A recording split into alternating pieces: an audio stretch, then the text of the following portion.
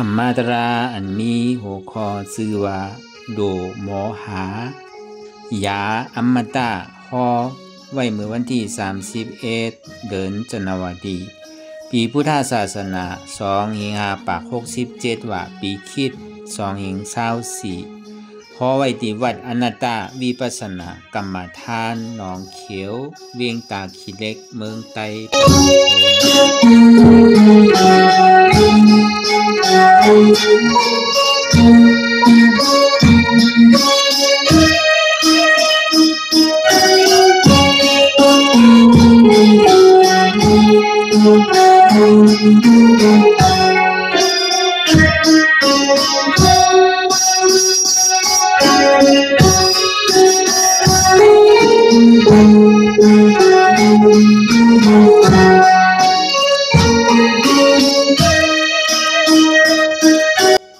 รายการอนัตตวิปัสสนาภาวนาอ่านยอดธรรมอนัตตาในนี้อ่อนดังสุดในเก่าเฮานางขาไก่กุดขาขวาทับต่างขาซ้ายก็ไหลอำนั้นขาซ้ายทับต่างขาขวาก็ได้มือสองพันต่างตักไปเอาไว้ตัวซื่อๆอย่าไปเคียงอย่าไปหย่อนญาติพอเอาในเฮารับหูเนื้อเปิดวิญญาณปิญญารับตาเนื้อเปิดตาญาณปิญญาอยากเคยที่มันน้อยวิญญาณธาตุใจเดียนเฮาหูนั้นได้เสียนั้นในที่มันพูดบอกเกิดขึ้นเป็นมากในเฮาหมอว่างอนัตตาวันทางเฮาไปหันเจ็บไปหันทุกข์ข้าไปปองใจเหนืออนัตตาเธอก็เคยตีลมเคยใจเขาออกอ่อนตั้งเคยใจเขายาวๆเคยใจออกยาวๆเคยใจเขาลึกๆเคยใจออกลึกๆเขาเกิดออกตายเขาเป็นออกลูกป้องเกิดแยบตายไหนจะว่าเฮาด้วยหลอกหลายๆในเฮามีญาติทั้งหันสื่อใจญาติทั้งวนสื่อใจหันเฉพาะที่มันนำอุปเปิงไรเอาตั้งแต่สิโกต่อไปกินได้มีอะไรพ้องไหนในที่ว่าเป็นเฮามีเฮาเตียนเฮาเปิงพ้องงำสี่สังไรไหนเข้าเย้าอย่าไปออกก่อมไรออกเย้าอย่าไปเข้าก่อมไรปองเย้าอย่าไปเวียบก่อมไรเวียบเย้าอย่าไปปองขึ้นไหนก่อมไรเข้าเย้าเนี่ยพอมันออกขึ้นก็ตายออกเย้ามันเข้าขึ้นไหนก็ตายปองเย้าเนี่ยมันเวียบขึ้นก็ตายเวียบเย้าปองขึ้นไหนก็ตายอันนี้มันบอกในรองตั้งที่ว่าตัวนั้นตั้งแต่ที่โหถึงกินนั้นมีอันใดที่ว่าอันเขาตีอุปเปิงพองมันใดเต้ในย่านบนนั้นแหละคือเขาปอของเสียงแรงใส่เลยวางหรือปล่อยปล่อยหรือมันเป็นสภาวะเตียนมันอุปเปิงพองที่สั่งไรตัวเขาอันว่านั้นเพราะเป็นเรื่องนั้นในถึงการเตียนเขาหมอปล่อยภาวะสภาวะเปิงเต้เดียมันเป็นอยู่นั่นเข้ากระดิ่มหักโตโคตายเพราะเหตุการณ์ตั้งดีเหตุการณ์ตราเนี่ยคนเราเนี่ยพอเหตุกว่าเพราะมันเจ็บมันหนามันขานใจมาในห้องใครคำได้ย้อนเปิดสั่งใครคำได้ย้อนเปิดว่าเขามีลองตั้งหันพิษวนพิษหันมาเป็นโหเกาขาเกามือเกาโตเกาเนี่ยอันเนี้ยลองตั้งหันพิษอันเนี้ยแล้วเขาโผมัน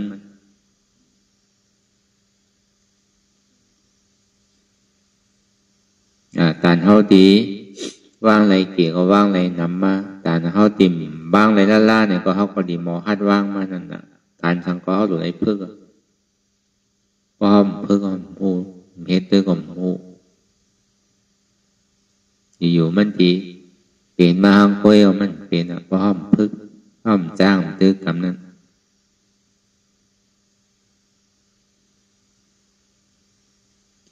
ก็ในสองมาเนี่ย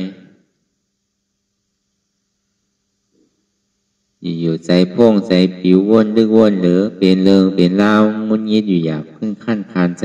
จ้าแจมดีคำพยาวนตั้งหลังคำพยาวนตั้งหน้าคำพยาก็วนสัง เตียนมันพงผิวกว่าตั้งหลังนั่นเหมือนหนังคนตายเตียนมันพงผิวกว่าตั้งนานั่นเหมือนคนนอนหลับตีมันว่นสังลาลานั่นไหนเหมือนคนตาบอดเตียนมันพงผิวกาวากาเป็นนั่นย้อนเปิดสังเนี่ยอีแต่การมีปัสนาแน่มันดีเลยมีขอถามดิเรียกว่าหลวหาขอตอบจากที่ห้อมันเป็นการปิญญาอันใดดีมันคลองคำใจอันใดดีมันป่องใจอันใดมันย่ำไปเจียงแรงเกินนั่นไหนชอกหามันป้อหันอันเจียงแรงอันใดดีมันป่องใจนั่นหามันป้อป่องใจสอนถอมถามนะต้องกำนะเมื่อเขาไปหู้เขาจะได้สอนเอาพอสอนแล้วจะได้ถอมป้อมป่องใจจะได้ถามพอถามเอาจะได้ต้องพอต้องเอาจะได้จ้างตื้อกำเอาสอนถอมถามต้องกำมันก็ซ้ำขึ้นมาเขาในหลอกลายที่สุตตามายญาณภาวนามายญาณสิ่งดามายญาณปีญามายญาณมันก็ขึ้นมาเขาลอกอัญญาณเนี่ยขึ้นแล้วก็บอกว่าอันเท่าผู้หันตั้นจอมลองตัวเลยลองใสเตียนเท่าถังมาปีเอาเข้าถึงว่าเป็นโตเข้าใจเข้าวันนั้นพอมาแจกเหตุทัดสางตัวตั้งในมันดีๆแน่มันดึงเมียนอะไรที่เป็นของเข้าเตะจังว่าหันนำคือดีกันนั่นว่นนำคือดีกันนั่นใจว่ามันนำป้นหนาเยอะมันใจเข้าหันนำคือก็คือมันว่นนำก็คือมันหันมันจะดีใดป่องเสียงแรงใจเข้าใจกว่าเป็นตอนอันว่นนำหันน้ำอันป่องใสน้ำเนี่ยมันไข่เก๋ไว้มันหันน้ำว่นน้ำเพื่อกระจามันดีป่องใสเนี่ยจะว่าหลูป่องมันหมดมันก็หลูป่องอันเดียวกันอันเท่าเจอกอลีอันเท่าเจอกอลี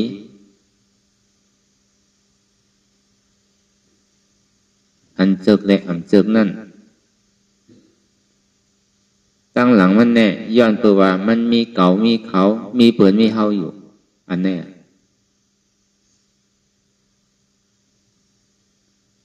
มันเป็น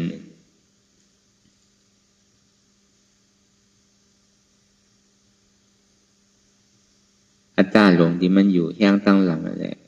ปั่นไว้อยู่เสียเบียดท้อมเข้าไว้อยู่เสียขุนอาจารย์หลวงสี่โตนั่นมันเบียดเท่าไว้พอห้อมจืมจำมันสอนไปเท่าทางเฮ็ดทางสร้างป้องตาที่คือเขาหันมันไหลเสียนั่น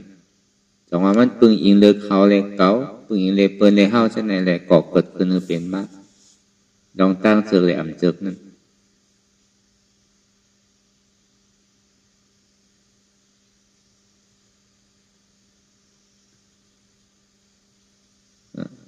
อ้อมมีนาตีตาดีกะจี้สั่งผู้เปิงพ่องอ้ำเหนือมันได้ว่าอย่าไปวนรู้เนี่ยวนรู้อันว่านั้นมันจังลาดไรจังกว่าทิ้งได้จังกว่าสั่งมันได้ย้อนเบอว่ามันก่อมถอมเฮามันได้ใจเฮาเฮาใจมันไรมันได้ทำใจเฮาไรเพื่อการเฮาใจมันไรมันทำสั่งเฮาไรเฮาทำสั่งมันไรช่ำดีเลยถือพอเป็นนั้นตีเลยคู่หันกันจอมที่มันเป็นนั่นแกมันสั่งมันไรอยู่ในเซต้าในก็เฮาโดยเลยคู่สภาวะเปิงเตที่มันเป็นเลยยอมรับพอเมื่อไหร่ยอมรับสภาวะเปิงเตคู่หันกันจอมมันอะไรผิดอะไรถูกอะไรมีอาโจมีอาโจในปองว่าเฮาหยาดปีเฮาเหตุการณ์เอา แต่ว่าป้อมันวนกว่าตั้งหลังก็มีขอบมีแหลนมีตียาวตีโตกว่ากาวากาเป็นอยู่นั่นอันนั้นบอกว่ามีหยาดทิ้งมีหยาดวนทัดช้างพอมีหยาดวนทัดช้างเนี่ยตามมันตีวนนำก็วนเกะแต่ที่มันตีวนเกะก็มันพอมีหลองตั้งวนนำก็เหือวนนั้นว่าแต่มันต้องวนอยู่อ่ะพอมันวนนำก็มันทุกข้านำนั่นน่ะวนเกะก็ทุกข้าเกะนั่นน่ะพอมีหลองตั้งวนล่าเนี่ยมันมีใจเป็นอันหนึ่งอันเดียวเนี่ยก็ทุกข้าก็มันดิ่มป้อนนำด้วยการลองตั้งวนเตี่ยมันวนนั่น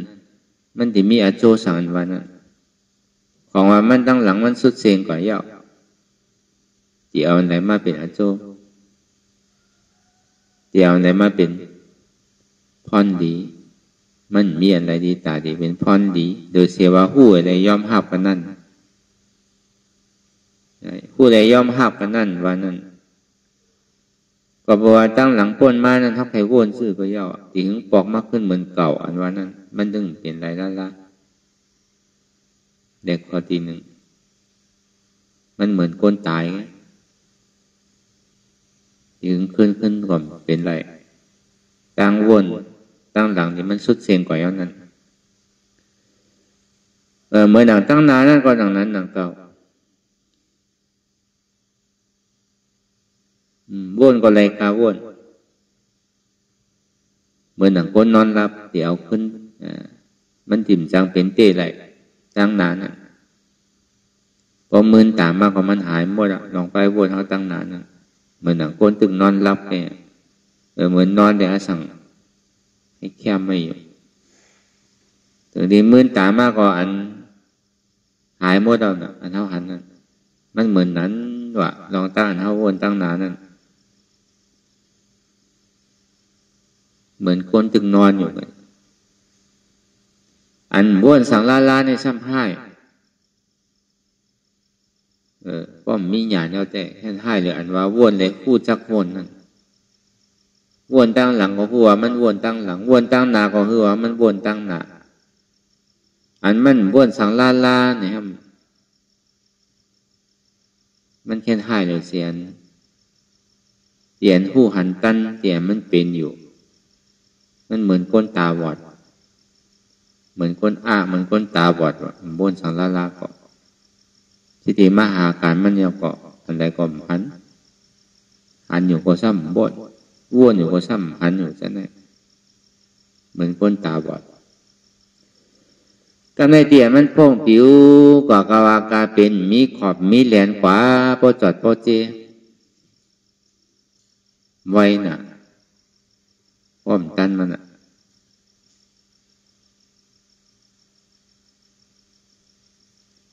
ถึงที่เป็นเจ้านั้นไม่เอาเนี่ยย้อนเปิดสัง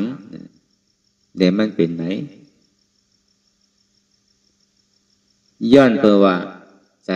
เตียนเท่าถังว่าเป็นใจเท่าวันนั้นในเกาะมั่นใจพอมั่นใจเนี่ยเท่าหลดจี้สั่งมันไหลก็เปิดว่ามั่นใจของเท่าเลยเท่าจนดิมจี้สั่งมันไหลย้อนเปิดนั่นแหละจนดีว่าใจในเกาะอ่ำใจของเขาอนัตตาอันที่เอาว่ามานั้นซับแรงนี่ลองย้อนเปิดสั่งในใจนี่เป็นของเฮาอันว่านะคือเขาปกป้องแสงแรงใจย้อนเปิดสั่งแรงใจ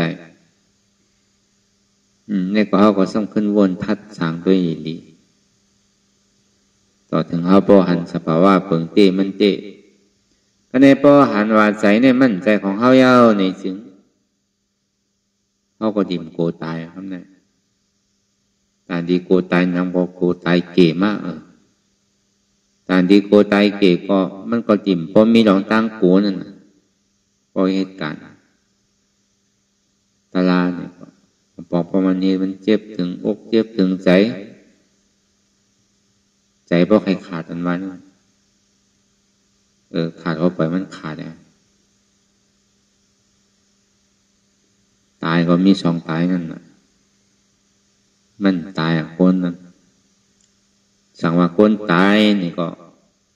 เป็นเทวบุตรเทวราเป็นคนผีนางผีนี่พออัตตาตายนี่ก็เป็นอริยะใครตายก็มันซุ่มโกนได้มันตายกำซ้ำลาลิมาตาย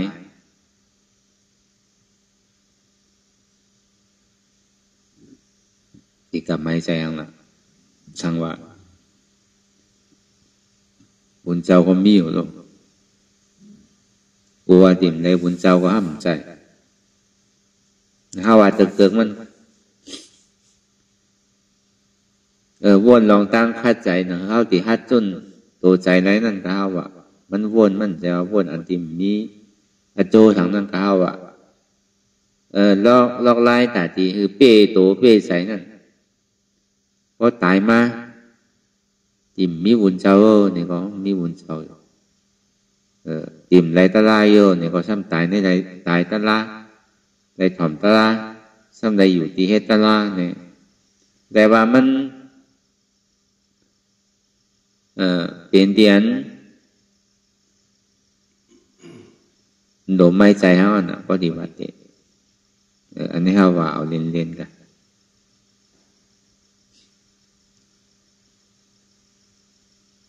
ดีเดียมันเนี่ยก็ใครหวนปองแจงแรงใส่ว่าใจเนี่ยก็อ่ำใจของเฮาเนี่ยเป็นอนัตตาลองอันว่าใจนั่นก็ในสามมาในมังขิงมังข้าวมังย่ำเนี่ยก็เปียกมนเซ่อยิ้มโขกวนเอาก็ซ้ำเจอกันแน่เจอกันเปียกอันมนแน่เสียงอะไรมันดีเนี่ยก็เจอถ่อมทางอันใดมันทางดีเนี่ยก็เจอด้วยอันใดที่มันหอมเนี่ยก็เจอใส่เจอโน้มอันไรมันดีลีกินเนี่ยก็ชอบหากินอันไรมันดีนั่งดีนอนดีที่ดีนุ่งดีเตอเนี่ยก็ชอบหามาอันไรดีมันจับอกจับใจเนี่ยก็ถึงป้องกันกูเจอกูหลอกนะมันจะปฏิถูกมันปฏิถูกอกถูกใจวันนั้นอันนี้เขาหามาถึงโซตั้งแต่เขาหูความมาเนี่ยต่อถึงมือเดียวต่อถึงตั้งนาทางก็กลุ่มกาฮาวมันจะเปี่ยวอะไรเสื้อใจอะไรกูว่าหนูว่ามันเปี่ยวเสื้อใจอะไรอันตุกข้าในน้ำอันสุกข้าในเกศมันเข้าใครถ่อมใครหันใครโน้มใครกินใครเติกใครนุ่งใครยองอันที่เข้าเจือกใจเหมือนนั้นใจข้าวยามมันเท่ากับหันเอียงหนึ่งเสื้อหนึ่งรองอันที่มันทางดีทางงามอันมันดีถอมอันมันหอมอันมันดีที่ดีนุ่งดียองดีใส่นั่นเข้าหามาตึงเหลือน2 เหรียญ3 เหรียญเก็บเงินเก็บทองกระโจนอะไรก็ซื้อเอามานั่นเอามาไว้เป็นเจ้าเป็นของมันเยอะโดยกะ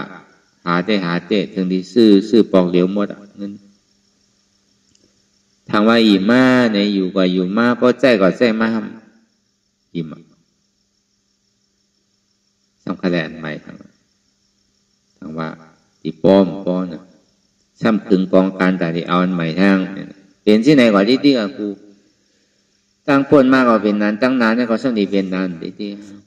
ได้เขาว่าเป็นธรรมดาของโลกกันนั่นอันทุกข้าอันนำเจิก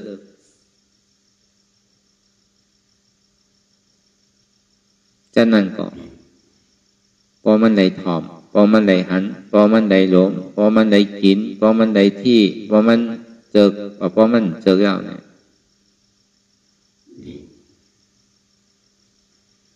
มันก็ใครหาลอกไล่ตาดีปลายเสียงที่อันมันหลาดออกมาปลายหางอันที่ได้หันอยู่ใครถอมใครหันใครโน้มใครกินใครที่เตอซึ่งอ่ำเจิกมันก็คึงปองกันตาดีปลายอยู่ตั้งหลังปนมาเลยสัง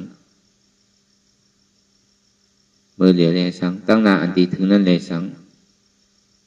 ธรรมดาโลกาเนี่ยมันก็เปลี่ยนที่ไหน เวลาไปซื่อๆสั่งที่ป้วนอยู่ห้าเนี่ยไม่ใช่ป้วนเหมือนเขามีขามีเหมือนเขาตึกหาไปเมื่อไรก็อับเหมือนหนังที่ป้วนอยู่ก็กล่าวว่าหนึ่งเจ้ามาอันห้อมใครถอบอันห้อมใครหันอันห้อมใครโนมอันห้อมใครกินอันห้อมใครที่ใครเตออันห้อมเจือกเนี่ยมันที่มาหมดกำเนี่ยตายนอนไงกินน้ำมากก็ที่สังลาดในไผ่ที่ลานก็เปิดห้ามหูความเมื่อนั่นมันติหมอมาเสียงก็ในพอห้ามยอมห้ามไหลลาเนี่ยใจในดิบเมียงล่ะเป็นใจเก่าชาวว่ามองเป็นใจล่อผ้าต่อสร้างมอห้าหมาหน้าเต็กที่เป็นใจเอากู้สวยร่อนลองกว่ามันสัมดีโล่งตั้งใจอันดีขึ้นตั้งเหนือสัมโล่งตั้งใจอันดีกว่านี่ป่านช่องกว่าหน้าลายนั่นแหละคือก็พอเป็นนั้นแต่จังว่าที่อยู่จะละอยู่ตามสภาวะในโลกาเป็นอยู่เนี่ยมันมีมือป้นทุกข่ายบอกจังว่าสองที่อ่อนกันมาเฮตลาจ้างตลาพึกกันตลานังเรียปอติโมอยู่มอเศร้ากว่านังเรียปอติโมไว้วางใสอยู่กับโลกาเพื่อการมันติดซื้อก่อมปลายป้นมันไหลโลกาวันนั้นแค่กับปลายที่ไหนก็ตึ้งป้นไหลก็อยู่เนื้อเถินเนื้อห้อยเนื้อร้อยก็โลกาเนี่ยมันมีในวันในเมืองเว้ย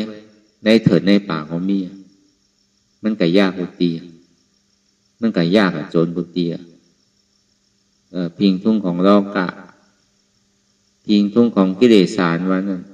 ก็อยู่ในเถินแล้วก็ปลายป้นเอาห้าเนี่ยมันป้นอยู่ในน้ำก่อมป้นอยู่ในอากาศกลางหาวก่อมป้นอยู่ในธรรมในหูก่อมป้นมันถึงป้นไว้ในเมื่อมันป้นอะไรก็เฮ็ดถืออะไรที่อยู่จอมมันไหลอยู่จอมมันเลยติดมันนั่นวันนั้น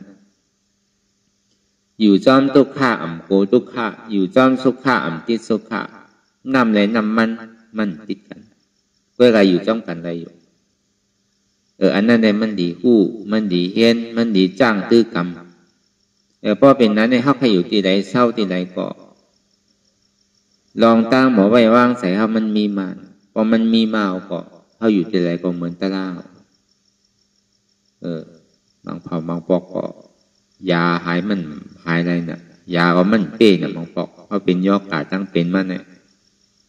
เดินเสียตะล่ากันน่ะตัวเมื่อป่นมาฮาวาปี2019อันมินจือเสียงลื่นลังน่ะ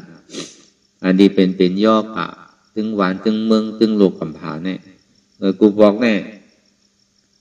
เห็นวานไหลวานนั่นเมืองไหลเมืองนั่นแค่น่ะพอไปแล้วก็หายว่ะมันใจว่ามีพองยามเหมือนเลียวปานพระเป็นเจ้าก็มีย่อกะมันนั่นเนี่ยเป็นห้องว่าเป็นหาลงวานลงเมืองนั่นน่ะ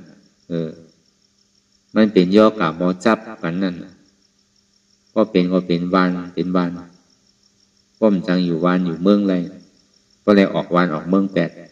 8ตายเป็นวันเป็นเมืองนั่นเพราะว่าหากินตับกินปอดนั่นขี่หากินตับกินปอดนั่นเพื่อกะย่อกะกาปั่นพองยามเดี๋ยวนี้มันซ้ำคึดกาบเลยเมื่อก่อนนะเดี๋ยวก็เบอร์2ในคึดกาบล่ะมันมีเฮอร์วินน่ะมันมีวีซ่ามันมีพาสปอร์ตน่ะผีแมงใช่ตังก็ดิมีอยู่ย่อกูบอกให้มันมีโลเมื่อเดี๋ยวนี้มันมีน่ะมันพอจอดเจ้ก่อนหมดนั่นน่ะมันซ้ำแค่ลีโกเลยเมื่อกูบอกเนี่ยก็เป็นถึงเมื่อเป็นมาเนี่ยจังกว่าที่ไรลูกที่ออกที่ไรดีกว่าที่ไรก็กว่าเลยเป็นกดกูภายกูตั้งกูติพอยามาเนี่ยเป็นซ้ำกักตัวไว้ก็ตายเลยเขาก็ได้ผ่านพ้นมาก็ตายเลยมันตายก็ตายก็มันยากกันนะวะก็กาเขาก็ตายตามเลียแหละยังได้มาเหตุการณ์ตลาออกมาเลี้ยวป้อมใจก็ตายกว่าก็การสังคมได้เห็นอ่ะติดซุ่มเปลี่ยนหลอกเปลี่ยนลายกว่านั่นก็มันเป็นตอนสอนเตียนคือเขาหันลองสั่งขาล่าเนี่ยมันกึ้มมันเลิกป้อเลิกไผ เลือกก้นหนุ่มเลือกก้นเทาเลือกวุ้นเจ้าแม่ก็ขวาวะกว่าไรป้าเนาะมีไผ่ร้อนอะไรเจ้าแม่ไปคือเมื่อก็มันวานอะไรมันตึงกูไผ่นั่นน่ะแม่คือก็มันต้องเอาขวาวะเลยเสียพระราเป็นเจ้าก็มันก็เอาขวาวน่ะเจ้าอย่าห้านตาเขาด้วยการมันเปิงกันว่าเอาเมื่อเอามันเกิดทางได้กันตายเย่าก็เกิดนั่นน่ะมันเปิงดีนั้นแค่ด้วยการมันตึงรอดมันตึงติเลยตายกูก็ผู้ดูชนะก็ตายอริยาก็ตายพระเจ้าพุทธาก็ตายเจ้าอย่าห้านตาก็ตายพระราเป็นเจ้าก็ตายด้วยการเป็นตายเอาเป็นเกิดลูกพระราเป็นเจ้าอย่าห้านตาเจ้าพระเจ้าพุทธาเขาอริยาเขาเอาดังเดชโสดาปัตตายอยู่7 ปอกสกิทาคามตายอยู่3 ปอกอนาคามตายอยู่ปอกเดียวก่อนตายอย่าห้านตาทั้งไรใจตายก็เดียวมันเปิงกันที่นั่นก็เอาอันนี้คือเขาพอเย็นหูลองลอกกะพอเขาหมออยู่จอมเขาหมอพึกอยู่จอมเนี่ยก็อยู่ที่ไรเศร้าที่ไรก็มันทุกข์ขาบางเมี้ยวบางเผายามันใครขึ้นตาพือก็เย้ามันยาอะไรอันถูกตียาอะไรได้เต้เนี่ยอาหาราตั้งใสยาตั้งใสเนี่ยเป็นอันลำลองเลยเพื่อนยาที่อันนำตายเนี่ยเป็นยาอมตะเป็นยาพระเป็นเจ้าเป็นยาอนัตตาพอหูจักอนัตตาเนี่ยก็เลยอมตะยากูเจอกูร้องให้คึดกลับคึดปันคือก็เย้าเอาที่เมืองผีมากก็เย้าเอาที่เมืองช้างมากก็เย้าเอาที่เมืองไหลเสียเมืองนาคาเมืองกะโลนเมืองไหลเสียมวะมันต้องติดได้ตายที่ดีแกต่อถึงพ่อย่ามมันเหลียวเนี่ยเจ้าเคยเตียนมันขึ้นใหญ่มันก็ชอบหายอยู่ยาตายเนี่ยเพื่อการหาซื้อก่อมป้นทั้งตายสาวหุ่นโดงเปิ้นก้นบางมีเปิดใครก่อมใครตายนั่นคือมันอยู่อึกลบกำผากมันทำว่าอะไรน่ะลองตั้งเท้ามันนิจาไงลองตั้งเป็นตั้งใครมันนิจาไงลองตั้งตายมันนิจาไงตายกว่าทำใครเท่าก็เท่าทำใครเป็นก็เป็นทำใครตายก็ตายกว่าที่ยานคึดกลับคึดปันคือก็เปิ่นหามาพอจอดพอเจี๊ยมาหยาคือก็มันเป็นไรลองตั้งเท้าตั้งเป็นลองตั้งติดตายเนี่ยมันถึงมาขึ้นไรเปิ้นก็หากันอยู่ถึงวันนั่นก็เลยมันดีอยู่ไรนั่นทีเดียพระเป็นเจ้าพอหาไว้บรรเทาดีเลี้ยวเนี่ยเท่าตีกับซอคาที่ไรหามาในข้าวตั้งเสียสังขายไปแสนกำผาเอามาสั่งมาสอนในข้าวตั้ง45 หวานลุ่มโดยเสียนั่นซ้ำศาสนาผาไว้ทางหาเองอิหลูเฮาป้อตันในตันเลือป้อห้อมเป็นก้นพุทธศาสนาป้อห้อมไหวกาไหวขนาดในก็ป้อห้อมหาไผดีมาหาป้อห้อมเฮ็ดไผดีมาเฮ็ดอย่าพี่เป็นพุทธศาสนาเปิกมันแกคือเขาถึงร้อนถึงแขนมันจะว่าศาสนาย้อนเอาแกศาสนาย้อนเอาในเฮ็ดพิษนำก็กัดตัวในขอกเมืองไทยในสังเมืองมาในสังเมืองอันเป็นพุทธศาสนาร้อน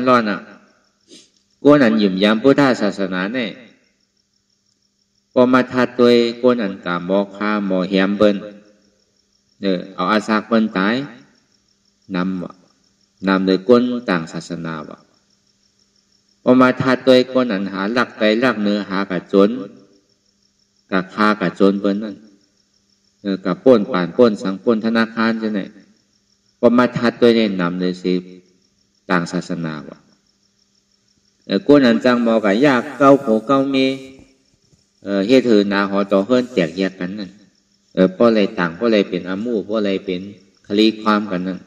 กวนพุทธศาสนาก็นำนาวะอันหมอเป็ดหมอเลี้ยนกันกับปานพ่องยามเดียวเนี่ยเป็นปอกข้าวยามเดียนเป็ดเลี้ยนกันเป็นเฮ็ดออนไลน์เฮ็ดส่วนนั้นเนี่ยบาเมืองเขบาเมืองไทยบาเมืองเฮาเนี่ย พึกหมอเปียดกันหมดน่ะมันเลี้ยวอย่าพอมาท่าฉางตัวไหนก็อันบอกขี้เปียดขี้เหรียญในกวนพุทธศาสนาเอาน้ำนาวะก็ในอันกินเหล้าเมายาอันกะฆ่ากะแฮมเปิ้นกะกินเหล้าเมายาก้ายาก้าผีเหนียวเช่นไหนก็พอมาทัดตัวในกรมพุทธศาสนาก็น้ำนาวะอันนั้นปองว่าคือละพอมาเฮ็ดที่นั้นอันพิษถ้าเป็นกับกรมพุทธศาสนาไปน้ำก็เบื่อพุทธศาสนามันถึงมันหยุ่มยำพระราแค่น่ะมันหยุ่มยำเสื้อละมันไวที่นั้นแค่น่ะคำสั่งสอนพระราเป็นหือในหูมในถ่อมในยินในอ่านรู้หยุ่มก็อยู่ไม่ไวยกมือไว้ที่นั้นแค่น่ะไวพระรานั่นหยุ่มพระรานั่นก็เปิดสั่งได้หยุ่มมันหูน่ะอันไวพระราในไวสาอกแค่น่ะไวปรับธรรมแค่น่ะในมันเป็นสังคมโดยเหตุบอกอันนั้นแน่มาบอกศาสนามันมีอยู่3 ทานอยู่มาเป็นพุทธศาสนาก็กล้ามอกเขาว่าเหตุบอกก็มีเนาะว่าได้ว่าเป็นพุทธศาสนาก็กะวัดว่าพาเสือเป็นหือหมอเขาเหตุบอกก็มีมันก็เขาในก็ไวเช่นนั้นแค่น่ะแต่ที่ใครทำใครถ่อมใครจ้างใครกำมีเนาะไวพระราก็ไวพระราเช่นนั้นแค่น่ะไวตะลาก็เอาเพราะว่าเป็นปั๊บลิกปั๊บทำกับไวกับมดกันน่ะหยุ่มยำสังขารเนี่ยก็ไวกว่ากันน่ะก็กะพระราเนี่ยก็เปิดสังในเป็นพระรามีเอาญาปีญาทัดสางตัวนั่นแหละ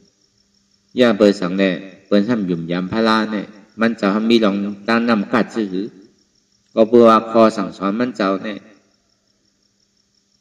สอนเอาไว้เนี่ยสัตว์ว่าพอยินเย่อะไรพออะไรออกป้วนม้วนร้อนในของตายพอเกิดอติเปรพรดีอันธรรมะเทศนาเนี่ยแล้วก็เปิดกำสั่งสอนวันเอาไว้เนี่ยสัตว์ว่าป้วนลองตั้งทุกข้าอะไรเลยเขาสันติไวเถิก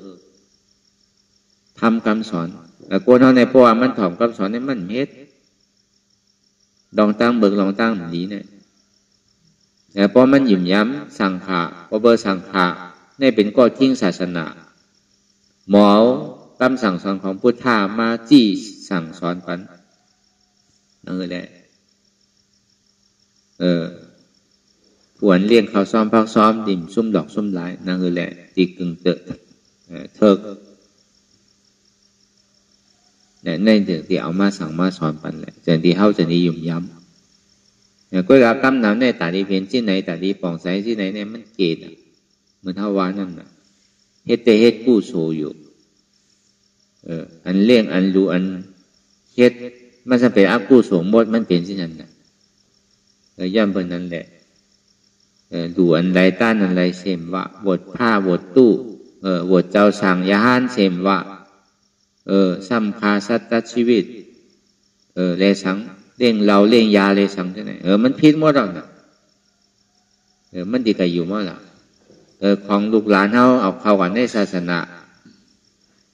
อยู่ย่ำถึง3 วันน่ะก็ปล่อยหมดแล้วก็มันเปลี่ยวลูกที่เห็นดีกว่าใครเห็นน่ะเห็นทำของใครเห็นนั่นน่ะเพราะเป็นนั้นใครทากว่าเนี่ยมันย่ำด้านไก่เห็นหูน่ะลองตั้งหูพระราเป็นเจ้าเนี่ยเป็นที่ไหนกว่าลื่นมากของว่าโปรเมสอนไว้เอาหนักโปรเมสอนไว้ชื่อละพอเป็นเจ้าสางมาเนี่ยหมูตัวในได้สังโวตัวในได้สังเลี้ยงไว้พอเขากัดซื้อมันกะเนี่ยพอสอนไปนั่นน่ะพอถึงมือเขามากเขาก็ติเฮ็ดเหมือนเขาพอเขาสอนที่นั่นก็อยู่หลายพวกมัน5 แถมเรียกก็ไหว้มาอันใหญ่ก็มันก็5 แถมมากก็ได้ทำสอนก็เลี้ยงโยโย่เปิ่นมาแขกมาซ้ำคือแขกขึ้นนู้โดเลี้ยงเราโดเลี้ยงยาวโดมีนามีตาโลก็เหมือนเมืองขึ้นกับขึ้นปันเมืองหนีจับใช่ไหมไรข่าวว่ามั่นใจกันเราแว่มาเร็วปลายยาจอมก่อนยาโยโย่ห้ามใจทางเก่ายานขึ้นกับขึ้นปันก็ แนวเขาก็เลยยินแสนเมียอยู่แล้วสมาเป็นคนพุทธศาสนาตั้งเหตุพี่เท่าในทำใครหนาเลยต่างศาสนาก็เบอร์ห้อมเขาถึงร่อนถึงแขนเขาถอมแมวก็เย่าถอมตะลาก็มันเป็นตาลาแต่ที่ออกพ้นมนต์บ่มันเป็นตาลาแต่ที่สัจจี้สั่งสอนถึงเขามีศีลมีธรรมมันเป็นตาลามนตาลาเปี่ยวกันตาลาหุ้นตาลาโขกันแล้วนั่นบอกว่ามันเป็นตาลาเพราะเป็นเช่นนั้นก็เลยใจคือเขาอยู่หลายแหล่อันเหตุพิษนำเลยเพื่อในกวนพุทธศาสนาเนี่ยพวกเอาสายไหมมาแจกตัวในเมืองไทยเมืองบาลในสังเนี่ยนำเลยเพื่อนกวนพุทธศาสนาเนี่ยอันที่เดียวก็ตกของเนี่ยได้ต่างแปลตรงนี้แล้วก็เปิดว่ามันหยุ่มย้ำตัวไงมันหยุ่มย้ำคำสอนนั่นน่ะได้ทอมได้ยินได้เฮ็ดเอานั่นน่ะมันจะดีพิษเปิงกว่าเช่นนั้นก็เปิงนั้นแหละคือเฮาปอป่องเสียงแรงใส่ลองสังเป็นสังจังหวะอย่างก็พอเฮามาหอมถามต้องกำในก็เขาก็ติ่มหูอธิเปะหูที่ป่องมันจังหวะเฮาส่วนที่ไหนมาเหตุการณ์ตะลาหึงพอป่องเสียงแรงใส่นั่นอะไรมันดีเป็นเครื่องมือแต่ว่านาทาปลายมากเฮาที่ได้ปึงหญิงใจเต้นๆนั่นโดยเสตลาเนี่ยมีอันใดจังหวะบางเสื้อบางเมียวยอกกาทีถึงมันเป็นทีเป็นตั้งมาเย้าเนี่ยมันยาหายมาเนี่ยเขาจะได้เอาตะลายาเพื่อการเมื่อไปเป็นก็พึกไว้คือมันไหลพึกไว้คือมันเป็นจะว่าพึกไว้เพราะมันเป็นมามันติดได้ใจแต่ดุพึกคือถึงทีถึงตั้งสังวามันแล้วพอมันไขมากข้าวยำเลยมาหนังนางไขมากเมื่อไรมันถึงมากลัวเพราะมันไปทั่วไปไล่เตอมันไปปีกอเปสิผมมีเตอในมันยังตึกกูพอมันปีกแล้วเนี่ยก็ใบวางใส่อะไรในตุกติปุ่งอันวันนั้นเรื่องดิ่มเมื่อนะมันติปีกแต่ไล่เหลียวเปิดประตูนี่ปัดอันนี้ได้เลยว่าอันเขาว่าเกิดมาเป็นก้นเนี่ยมันเสียงดิ่มซุ่มจัดก้นอันวันนั้นเกิดมาเป็นก้นยาวคือเป็นก้นพุทธศาสนาเป็นก้นพุทธศาสนายาวในคืออะไรเป็นอริยะอันนี้คือตอนหนึ่งคนที่สูงสุดมันนั่นคือเขาเป็นอริยะไปเป็นก็พึกคือมันไหลคือมันเป็นคือผู้เสียนตังมันเป็นก็ก็อาจารย์ที่เป็นอริยะนั่นเนี่ยก็ที่เลยเอาอัตตาเต็กที่นั่นเอาออกคือไหลอันที่มันที่ทางสางปองเนี่ยก็เปิดเป็นเก่าก็เปิดเก่าเป็นก็เปิดมีเก่าก็เปิดเก่ามีก็เปิดมีเปิดมีเฮามีเขามีเก่านั่นเอาชนะออกก็ออกไปแล้วเนี่ยก็มันดีตกลงกว่าอัตราเตที่วิจิกิจสาก็เราพอตกลงไก่เอาเนี่ยก็วิจิกิจสาตกไปเอาเนี่ยก็อาเปเนี่ยก็ปิกแกจังหวะตาที่หันเสื่องนั้นในเนี่ยมันมีอองตีอยู่อันนำดี2 ตีอันดีได้2 ตีว่ะอองตีดีหนึ่งนั่นเขาเปิดกัดป้วนเขาเปิดไม้ป้วนเขาปฏิรูปเสสวสาจะผู้เปรสักกะตาปุญญาตาเตือกองเตียนสามทุกมันไม้ป้วนตีมันกัดป้วนตียุงก็เหลืองหินก็เหลืองดอกอาลาตั้งกินก็เหมือนใจดองอยู่ดองเศร้าก็หยาบอันที่ถามตะลาก็มีใจก็นิ่มยานก็เกิดอย่าไปอยู่อ่ะวันหนึ่งก็อย่าไปอยู่คืนหนึ่งก็อย่าไปอยู่คือปลายไว้ก็เป็นนั้นถ้าในสองมาเนี่ยอองตีอ่ำไม่ป้นอ่ำกัดป้นลองอย่าเวจ้าเต็มทนลองอยู่ลองเศร้าเต็มทนด้วยกะการเท่าที่ถามตะลาก็มีใจก็ซ้ำนิ่มยานก็ซ้ำเกิดนั่นก็อย่าไปเสียลายอยู่นั่นก็สั่งถูกว่าตี2 อันเนี่ยมันเป็นตีอ้ามังกลา ก็ในสามมาเนี่ยกัดป้วนไม่ป้วนลากเอาโต๊ะเต้กินอยู่ไรรอดกว่าวันเพื่อการตีตองถามตะลาซ้ำมีใจซ้ำนิ้มหยานซ้ำเกิดคือเยื่อในอยู่กว่าก็เป็นเช่นนั้นก็ในสีมาเนี่ยในอ่ำไม่อ่ำกัดป้วนลองมีวิชาเต็มทนลองอยู่ลองเศร้าก็เต็มทนเทียนตองถามตะลาก็มีใจก็นิ่มหยานก็เกิดอย่าไปไปว่าต่อโจสุดปานในพระเป็นเจ้าห้อไว้ในพุทธวาจาองตีอันนำดีอยู่สองและองตีอันถูกดีอยู่ในสองอันว่านั้นเจ้าพระเป็นเจ้าในที่เกิดอยู่ทุกข้าที่ของใจว่าเพราะมันสั่งถูกก็อย่าไปอยู่อันหลำลองมันนั่นหนึ่งใจโดนนิ่มสองหยานก็เกิดสามการเท่าที่มีเปรียชนะเข้าคลองใจลองสังเนี่ยก็คือมีที่ก็ถามคือมีเสียสมมานั่นอันนี้เนี่ยเป็นอันนำรองเลยเปิ้ล